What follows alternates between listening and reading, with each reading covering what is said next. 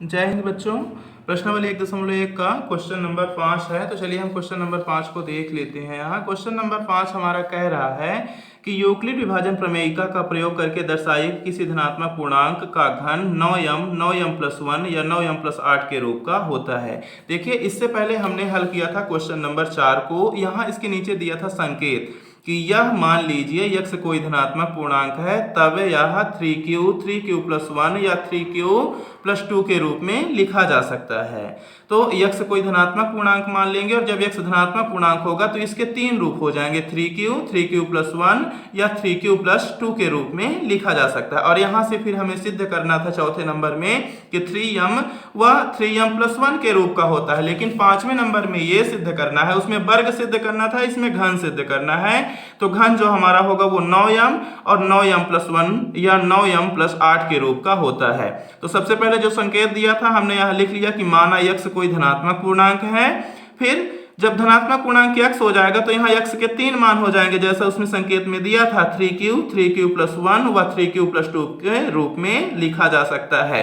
अब जैसे हमारा क्वेश्चन बोल रहा है कि घन करना है, तो 3q का घन करने पर तो हमने 3q का होल घन कर दिया। जब 3 का घन करेंगे तो 3 गुणे 3 गुणे 3, तो 3 त्रिकाई 9, 9 त्रिक 27 और q का हो जाएगा क्यूब, तो 27q क्यूब। अब यहाँ देखिए 27 में हम 9 कॉमन ले लेंगे, तो 9 कॉमन लेंगे तो 9 जैसे ही हमने कॉमन लिया, क्योंकि 9m के रूप में लिखना है तो 9 कॉमन ले लिया हमने, तो 9 त्रिक 27, यहाँ 3q क्यूब आ गया।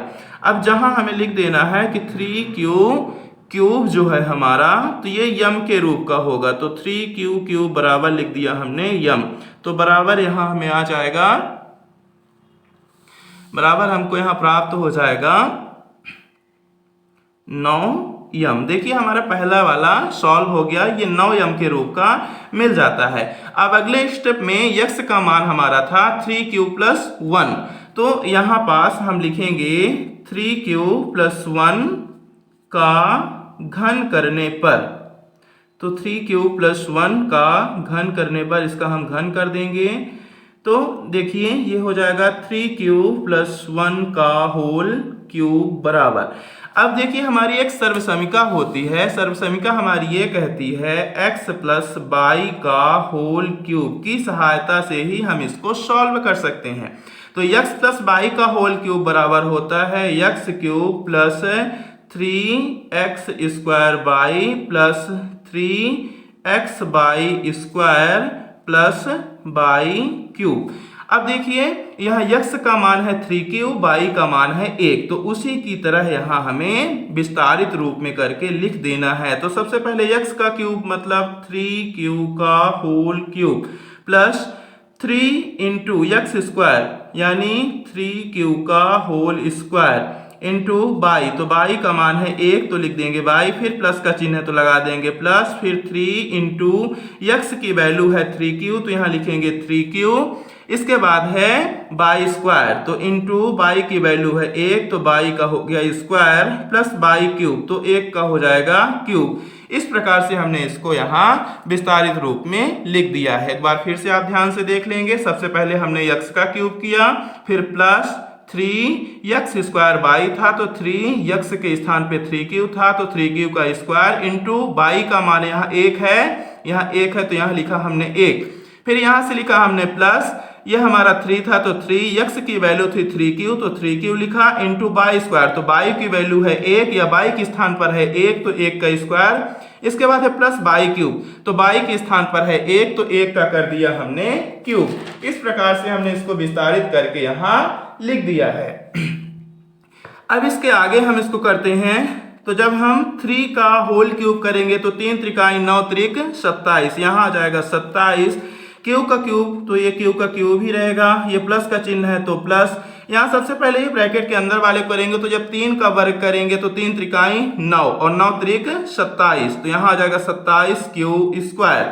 इसके बाद आगे चलते हैं, प्लस का चिन्ह है तो प्लस ही लिखेंगे।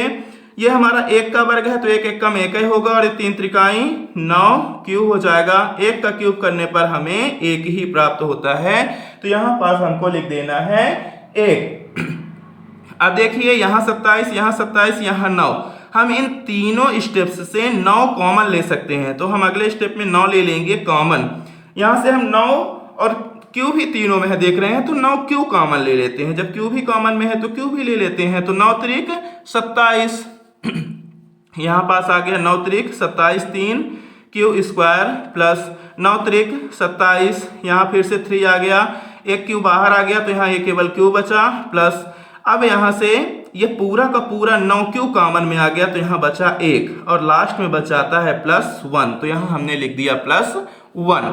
अब इसके बाद हमें यहाँ लिख देना है कि जहाँ m बराबर 3q square plus 3q plus 1, यानी इतनी जो वैल्यू है वो m के बराबर हो जाएगी, तो इसको हम m के बराबर लिख देंगे। यहाँ इनटू में एक चीज और है, इसको भी लिख देंगे, ये कोष्ठक को बड़ा कर दे रहे हैं, छूट गया एक चीज, ये q भी है, तो यहाँ ये q into 3q square plus 3q plus 1 m के बराबर हो जाता है, तो यहाँ हमें मिलता है 9m प्लस 1। देखो हमारा दूसरा पद भी जो x की वैल्यू थी 3q प्लस 1, तो वो 9m प्लस 1 के रूप में प्राप्त हो जाता है। अब इसके बाद जो हमारा तीसरा मान है, तीसरे मान को भी देख लेते हैं। तीसरा जो हमारा वैल्यू है 3q प्लस 2, तो यहाँ लिख लेते हैं 3q प्लस 2, इसको भी आगे हल कर लेते हैं। 3q प्लस 2 का घन करने पर, तो यहाँ लिख देंगे का घन करने पर, इसका भी हम घन कर देते हैं, तो घन करने का तात्पर्य यहाँ लिखेंगे 3q प्लस 2 का होल क्यूब। तो यहाँ भी वही चीज होगा जो हमारा सूत्र होता है, सूत्र हमारा ये जो हमारी सर्वसमीका होती है x प्लस वाई का होल क्यूब बराबर, तो x प्लस वाई का होल क्यूब बराबर होता है x cube plus 2x square y. आप भी हमारे साथ बोलते चलेंगे तो आपको ये सर्वसमीका याद हो जाएगी। सर्वसमीका हमारी होती है x प्लस वाई का होल क्यूब बराबर x cube plus 2x square y plus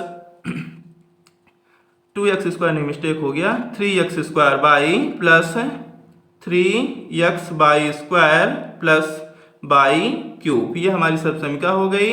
अब देखिए x के रूप में 3q है, y के रूप में 2 है, चलिए इसको विस्तारित करके यहाँ लिख देते हैं सर्वसमीका की सहायता से। तो x का क्यूब, तो ये हो जाएगा 3q का whole cube plus 3 into x square, तो x के स्थान पे है 3q, तो 3q का होल स्क्वायर इंटू y के स्थान पर है 2, तो लिख देंगे 2 प्लस 3 इंटू एक्स, तो x के स्थान पर है 3q, तो लिख देंगे 3q इंटू y के स्थान पर है 2, तो 2 का हो जाएगा स्क्वायर प्लस y क्यूब, तो y के स्थान पर है 2, देखो y के स्थान पर है 2 और ये y क्यूब कह रहा है, तो y की घात हो जाएगी 3, तो यहाँ लिख देंगे y की घात 3। चलिए अब इसको हल करते हैं, तो देखो 3 का क्यूब यानी 3 त्रिकाई 9 त्रिक 27 क्यू, आगे यहाँ प्लस है तो प्लस, देखो पहले वर्ग वाले को हटाते हैं, तो 3 त्रिकाई 9, 9 त्रिक 27 और 27 दूनी जो हमारा होगा वो हो जाएगा 54, तो 27 दूनी 54 क्यू स्क्वायर, यहाँ हम लिख देंगे 54 क्यू स्क्वायर। अब यहाँ चलते हैं, प्लस का चिन्ह है तो प्लस, ये देखिए 2 का वर्ग है तो 2 दूना 4, 4 तिहाई 12, 12 तिहाई 36, यहाँ आ जाएगा हमारा 36 क्यू। अब ये हमारा 2 का घन है यानी 2 का क्यूब है, तो 2 दूना 4 और 4 दूना 8, यहाँ पास हमको लिख देना होगा 8। अब आगे देख लेंगे, यहाँ से भी देखो 9 त्रिक 27, 9 छक्का 54, 9 चौको 36, तीनों में क्यू है, तो यहाँ से 9 क्यू फिर से ले लिया हमने कॉमन, तो जैसे ही हमने 9 क्यू कॉमन लिया तो 9 त्रिक 27, 9 त्रिक 27 और देखो क्यू एक यहाँ आया क्यू स्क्वायर, 9 छक्का 54, यहाँ आ गया 6 और एक क्यू यहाँ, एक क्यू यहाँ, इसके बाद प्लस 9 चौको 36, 4 और क्यू आ गया कॉमन में, यहाँ लास्ट में हमारा बच जाता है +8, तो यहाँ हम लिख देंगे +8। अब इसके बाद जहाँ इसको लिख देंगे q into 3q square plus 6q plus 4, ये ब्रैकेट बंद बराबर m, ये पूरी वैल्यू हो जाएगी हमारी m के बराबर, इस वैल्यू को लिख देंगे। अब आगे हम यहाँ कर देंगे, तो ये हमारा 9 यहाँ से आ गया और ये q into 3q square plus 6q plus m, 6q plus 4 जो हो गया तो वो m के बराबर हो गया, तो यहाँ हो गया 9m और लिख देंगे +8। तो ये जितनी भी हमारी वैल्यू थी वो किसके बराबर आ गई, यानी 3q + 2 की जो वैल्यू थी तो वो 9m + 8 के बराबर हमको प्राप्त हो जाती है। यहाँ लास्ट में हमको निष्कर्ष लिख देना है, तो आप यहाँ लिख देना, नीचे लिखना, मैं यहाँ लिख दे रहा हूं कि अतः किसी धनात्मक पूर्णांक का घन, अतः किसी धनात्मक पूर्णांक का घन